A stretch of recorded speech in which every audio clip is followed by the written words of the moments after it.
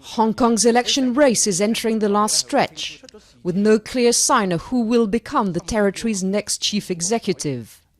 Wealthy businessman Henry Tang was initially frontrunner with backing from Beijing and Hong Kong's powerful tycoons. Then a series of personal scandals disrupted his campaign, a confession of marital infidelity, the discovery of an illegal underground entertainment den at his home, and reports of an illegitimate child. I am not a perfect man. In my private life I have made mistakes and I have not dealt with them in a decisive manner. And because of that, the focus of this election has shifted and I have to be responsible to a certain extent. His main rival, Leung Chun-ying, is leading in public opinion polls. The former government advisor has gained popularity with promises to boost social welfare and public housing. But he also faces his share of criticism, including questions of an alleged conflict of interest in a property project, and reports that he dined with underworld figures. He has also had to deny allegations that he is a secret member of the Chinese Communist Party and of backing a plan to deploy tanks and riot police against anti-government protesters in 2003.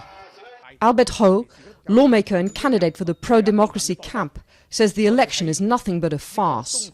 This is a small circle election and there have been ongoing scandals of our two pro-Beijing candidates.